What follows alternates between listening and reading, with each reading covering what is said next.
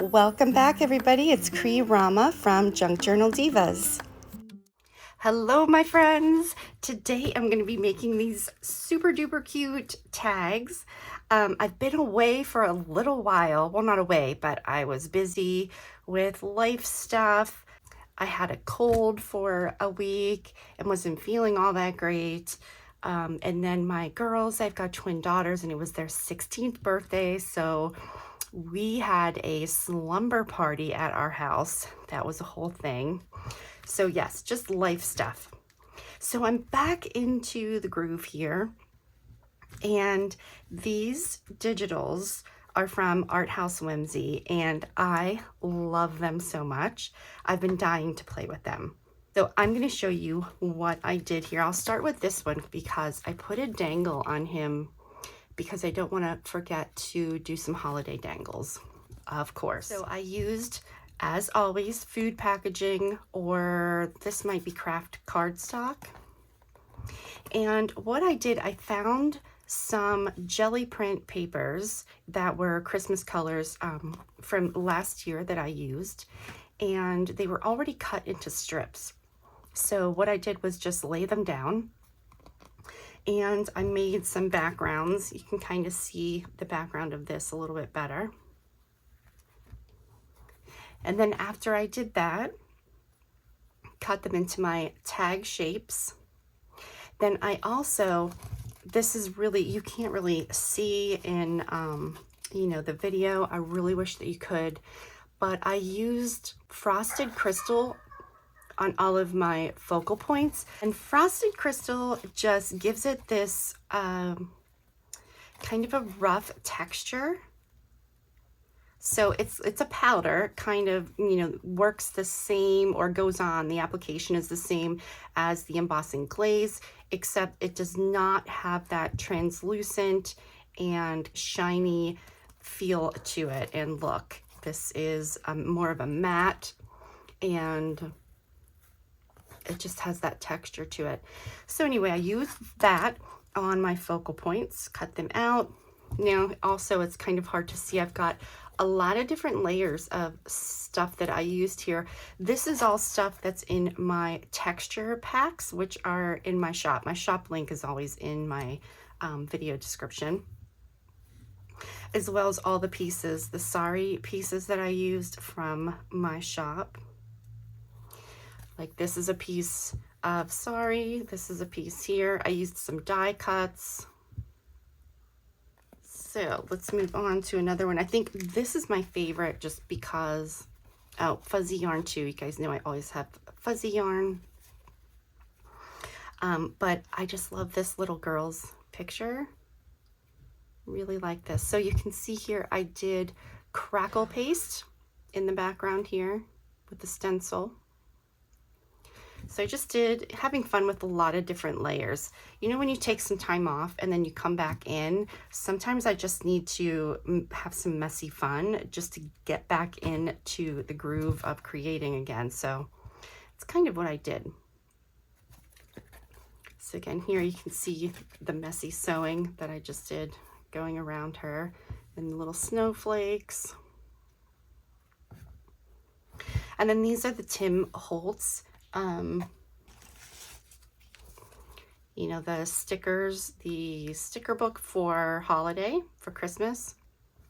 And I just put them on top of some shiny cardstock to kind of make them pop a bit. And then this one says, "Be joyful." So all of these red appliques, now I've got my sari pieces on here. I have this green stuff, and there's some white underneath. And then I've got these red applique pieces, and all of these things are from Mary Not Martha, an Etsy shop. So I just take teeny little pieces, so you can see I use them on here. They just look so beautiful. And here I use the little, I've got the dots behind here. And then I also use this larger stencil with the larger dots with the crackle paste. And this thing for the little dots is this stuff. This is actually tape. It's a joint tape. I don't know if it's contractors use it for plumbing or something or other, but it actually is a tape, kind of hard to peel off here, but I use it as a stencil a lot. And then, you know, after you're done, whether you're using ink or whatever it is you're using, this is kind of cool to use in mixed media projects after it's all grungy. So anyway, that's what I used on here for this, for the smaller little circles. So I feel like this one maybe you can see the frosted crystal more on her face. And all those layers that I put down here. The little snowflakes. And then this one, again, I used lots of the applique pieces. Snowflakes. I really wish you guys could feel the frosted crystal because I just love the way it feels. You know, I'm all about texture. And then this little, I guess it's a cat. I just think super cute. Now, when I did the backgrounds, let me see if you can see the difference between like these two. I used wide strips. And then on these, I used little skinny strips. So you can see the difference in the background. We've got this girl, Let It Snow. Merry and Bright. And this is also a piece from my Sorry bundles. And then the last one, this little bunny, how cute, Making Spirits Bright.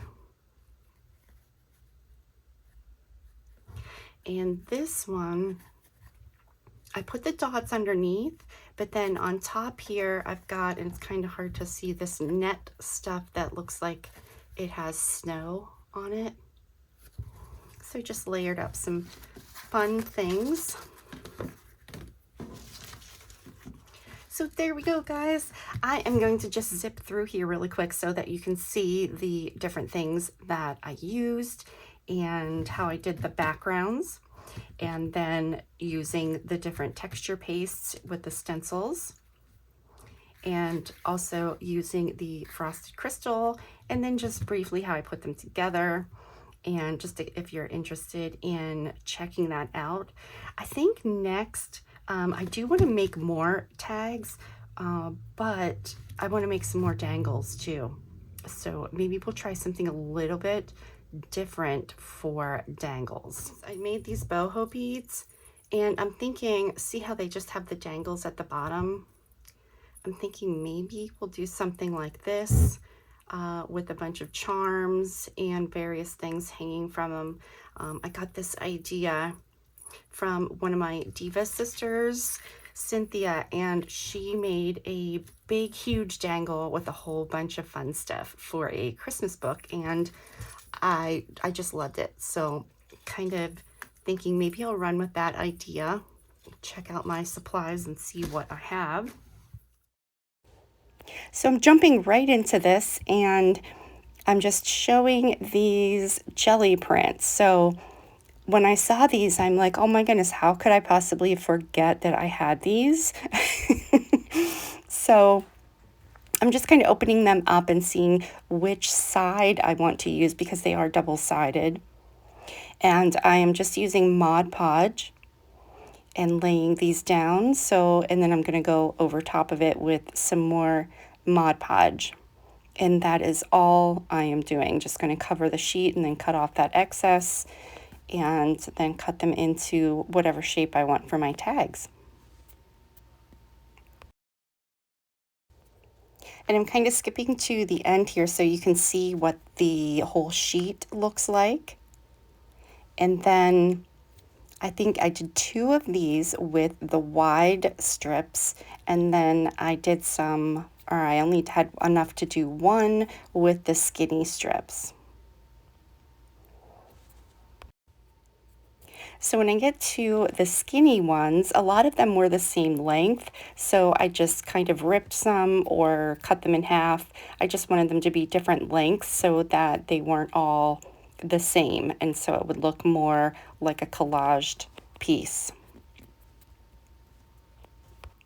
And I love making tag backgrounds this way, so even if you have some scrapbook paper or any of your scraps that are the right colors that you want, this is a great way to make really fun backgrounds.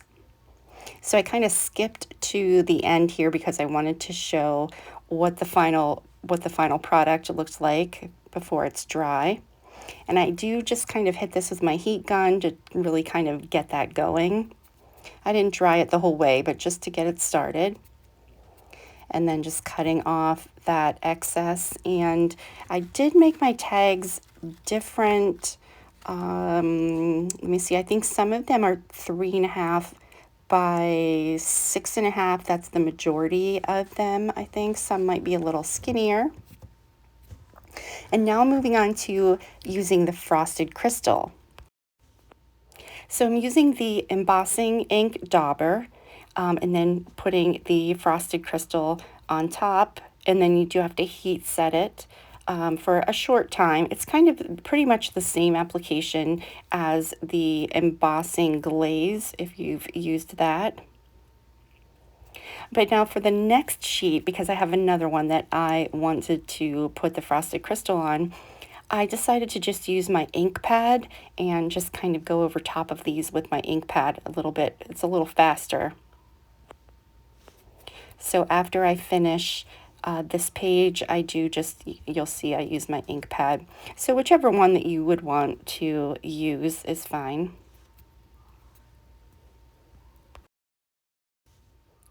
And here you can kind of see what it looks like when it starts to melt. And like I said, it's not glossy, it just has a matte finish and has that texture to it that's really nice. Now, if you have a project that you want to grunge up a little bit, if you use this and then add inks and sprays on top, it's kind of cool because the ink will sink down into the areas where, in between the little frosted crystal parts. So that's something to play with. Maybe we'll do that soon. And here you can see I'm just taking my ink pad and going over top of these much, much faster.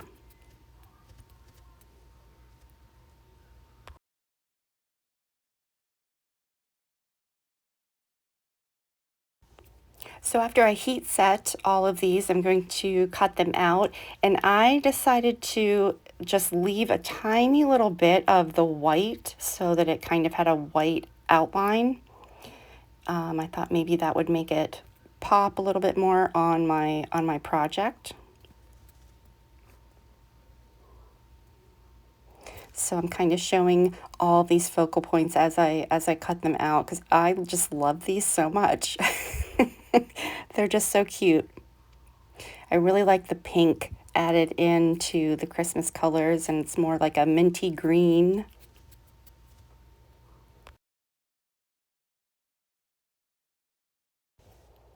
And now I'm going to play with the Crackle paste because I thought, why not? Let's just play with a whole bunch of stuff here. So I'm just doing a really thin layer with this stencil. Now this stuff you do kind of have to let it air dry or it doesn't quite turn out the right way. It tends to, when the heat is on it, sometimes it'll bubble up and then it doesn't dry with the crackles very well. So I'm just showing this, and then here is the tape that I was talking about in the beginning.